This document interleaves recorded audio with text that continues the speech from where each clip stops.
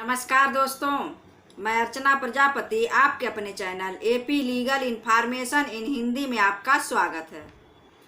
दोस्तों, आज हम जानने वाले हैं टैक्स किसे कहते हैं, जीएसटी किसे कहते हैं, कर क्या होता है, जीएसटी का उद्देश्य क्या है, जीएसटी किस किस को देना होता है, जीएसटी का उद्देश्य क्या है, जीएसटी हमारे भारत में कब लागू किया गया, किस संशोधन के अंतर्गत लागू किया और इसकी प्रतिशत दरें कितनी हैं, किस वस्तु में प्रोडक्ट में छूट मिलता है हमको खरीदने पर। ये अनेक बातें इस वीडियो में हम जानने वाले हैं। उम्मीद करती हूँ ये वीडियो आपको अच्छा लगे। अगर अच्छा लगे तो like share subscribe bell press all button click करिए ताकि ऐसे ही नॉलेजेबल वीडियो सबसे पहले आप तक पहुँच सके और आप लाभ ले सकें। दोस्तों, सबसे पहले हम जानेंगे जीएसटी का फुल फॉर्म। जीएसटी को अंग्रेजी में कहते हैं goods and service tax, Hindi में कहते हैं वस्तु एवं सेवा कर। तो जीएसटी किसको किसको देना होता है ये भी हम जान लेते हैं। सबसे पहले तो जीएसटी 3 कैटेगरी में आने वाले लोगों को देना होता है। वो 3 कैटेगरी कौन कौन से हैं वो हम जान लेते हैं। तो जीएसटी में जिसका सालाना टर्नओवर 20 लाख है उसको टैक्स देना होता है। दूसरे लोग कौन आते हैं? दूसरे लोग वो आते हैं कि एक राज्य से दूसरे राज्य में अगर 1 भी रुपए का आपने व्यापार किया तो वहाँ भी आपको टैक्स देना होता है। तीसरे लोग कौन आते हैं? तीसरे लोग वो आते हैं जो ऑनलाइन शॉपिंग करते हैं। जैसे जोमेटो का नाम सुना होगा, वो अपना प्रतिशत दर 50% दर लगाकर कोई कोई ऐसे मार्जिन रख के देता है, उसमें भी आपको जीएसटी देना होता है, टैक्स देना होता है। तो आइए जानते हैं जीएसटी हमारे भारत में कब से लागू है। जीएसटी जो होता है वस्तु एवं सेवा कर, गुड्स एंड सर्विस टैक्स, जो हमारे भारत में लागू हुआ 1 जुलाई 2017 से। लागू एक महत्वपूर्ण अप्रत्यक्ष कर व्यवस्था है जिसे सरकार व कई अर्थशास्त्रियों द्वारा इसे स्वतंत्रता के पश्चात सबसे बड़ा आर्थिक सुधार बताया है। इसके लागू होने से यह फायदा हुआ है कि केंद्र सरकार एवं राज्य सरकार द्वारा भिन्न भिन्न दरों पर लगाए जा रहे विभिन्न करों को हटाकर पूरे देश में एक ही अप्रत्यक्ष कर प्रणाली लागू हो गई है। इसके लागू होने के लिए भारतीय संविधान में संशोधन किया गया था, 122वां संविधान संशोधन जिसको हम कहते हैं। जीएसटी की दरें 0%, 5%, 12%, 18% और 28%, कीमती पत्थरों पर 2.25% की एक विशेष दर तथा सोने पर 3% की दर लगाई गई है हमारे जीएसटी के अंतर्गत। आपने यह देखा कि जीएसटी जब स्वतंत्रता के पश्चात सबसे बड़ा आर्थिक सुधार इसको माना गया है। 1 जुलाई 2017 से जब ये लागू हुआ उसको बहुत मायने में अच्छा माना गया। जो विभिन्न प्रांत जो अन्य केंद्र सरकार और राज्य सरकार अलग अलग टैक्स लगाते थे उस पर यह रोक लगा दिया गया है। अब एक राष्ट्र एक टैक्स का सिस्टम हो गया है इसको आने से। और ये प्रथम इसका जब संशोधन हुआ 100वां से शुरू होता है, 100वां से शुरू होता है और वहाँ से विफलता प्राप्त करते करते 122वें नंबर पर जब संविधान संशोधन में यह आता है तो पूर्ण बहुमत यह पारित होता है। हमारे संविधान में इसको संसद द्वारा लागू किया गया और पूर्ण बहुमत इसमें मिला है। 122वें नंबर पर इसका संशोधन माना गया। तो आइए जानते हैं कि हमने दर भी देख लिया, संशोधन भी देख लिया और इसकी अभी हम देखेंगे उद्देश्य देखेंगे, इसकी दरें भी हमने देख लिया।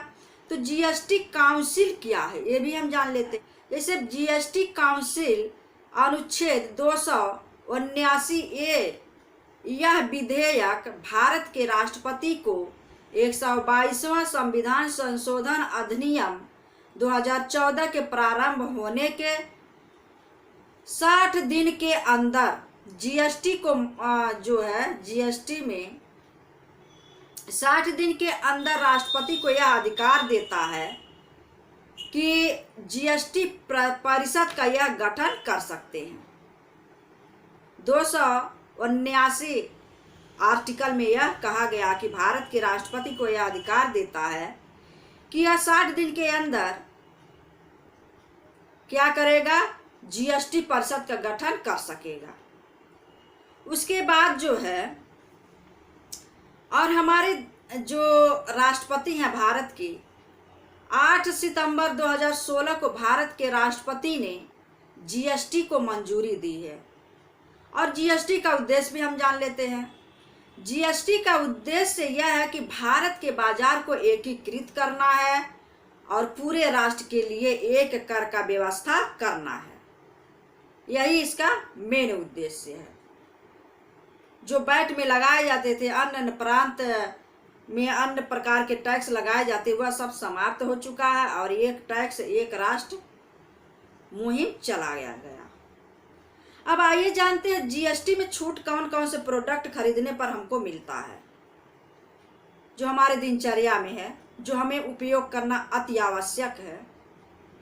उसके बिना जीवन यापन संभव नहीं हो पाता है, तो उसको हम देख लेते हैं। जैसे जिसमें 0% आपने देखा होगा, मतलब 0%, उसमें कोई टैक्स नहीं देना होता है। जैसे दूध, लस्सी, दही, शहद, फल, सब्जियां, आटा और हैंडलूम आदि वस्तुओं पर जीएसटी नहीं लगेगा। 40 लाख से कम की वार्षिक बिक्री